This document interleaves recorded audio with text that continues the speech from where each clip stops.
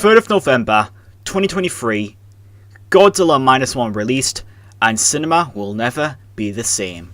Shin Godzilla was released in 2016.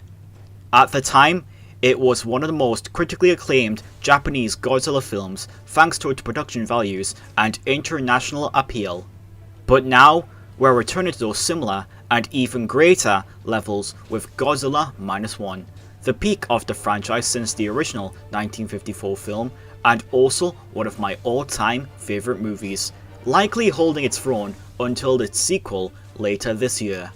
In fact, it was so good that it became the first movie in the series to win an Oscar for the Best Visual Effects category at the 96 Academy Awards, beating out all the competition and looking insane for a $50 million budgeted production that not even Marvel could produce. Even if you're just a modest fan of the series or not one at all, this one will hook you up in an instant thanks to its story and characters. So why does this Japanese blockbuster stand tall amongst the competition in its 70-year-old series? What sheer amount of spectacle was produced on its tiny budget? And how does it teach Hollywood a lesson or two? In today's movie review, I'll be talking about one of the greatest, if the greatest, movies of the 21st century, Godzilla Minus One. I love this movie to death, and you're about to find out why. First and foremost, what this Oscar-winning Japanese movie manages to succeed in is its extremely compelling human story that is the heart and the emotionally touching moment of the film.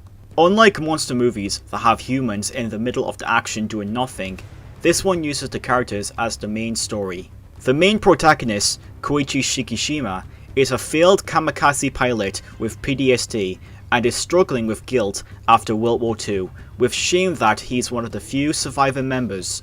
So when Godzilla rises ashore on Ginza, he tries to find a pathway to destroying the monster to redeem himself. In the process, he finds himself a family, with his relationship between Noriko and their adopted daughter, Akiko, being an instant highlight to the point where they steal all the show spotlight even if Godzilla isn't there.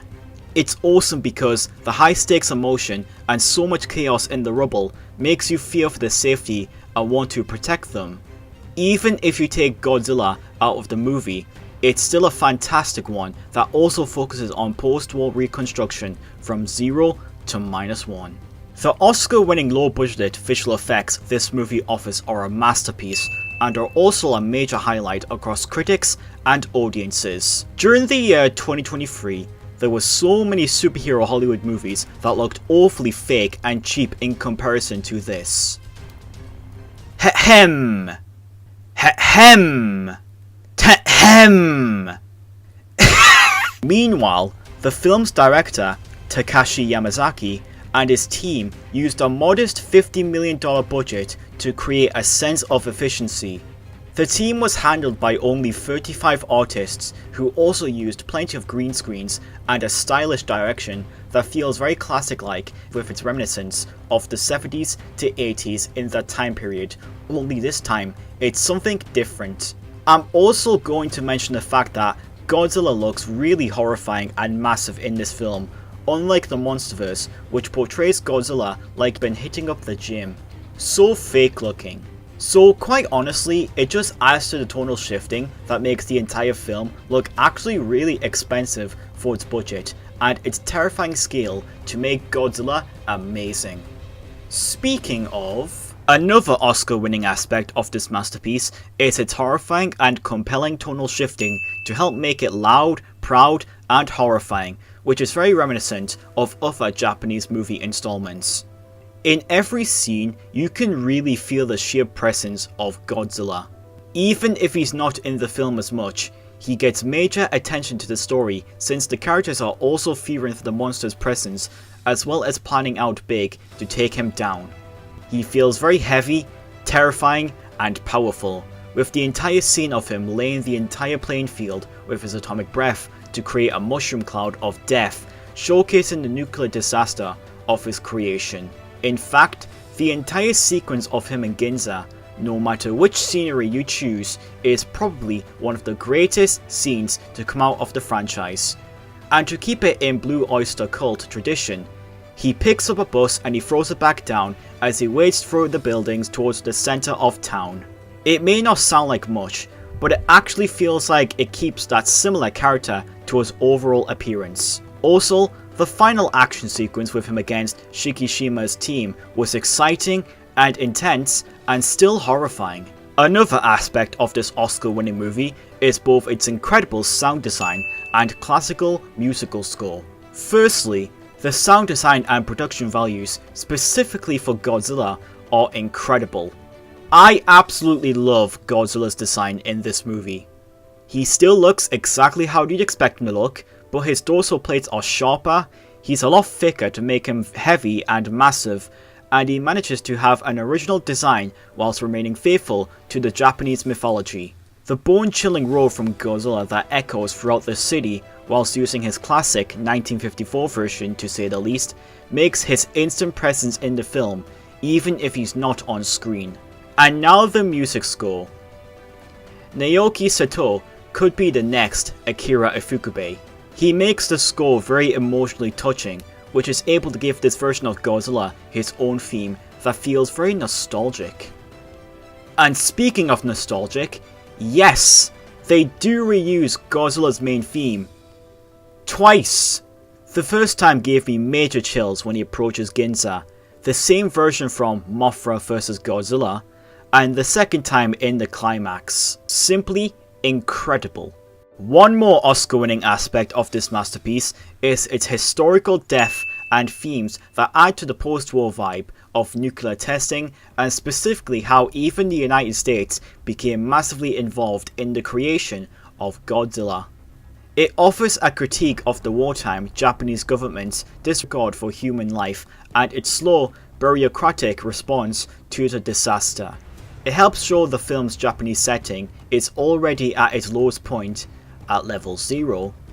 As time goes on, the cities have been repaired a fair amount, but when Godzilla comes and attacks, it takes the city to an even lower level, from 0 to -1, making the situation even worse. It also shows the power of an individual with a civilian-led operation, highlighting that the value of life, not the glory of a noble death, is what truly matters. The final climax in general shows how a team of soldiers can come together and work as one to fend off against the big threat, unlike other movies where it's just one special someone doing the work. This alone makes the action in this movie extremely memorable for what it trades in for its lack of screen time for Godzilla, making him scarier and more intimidating.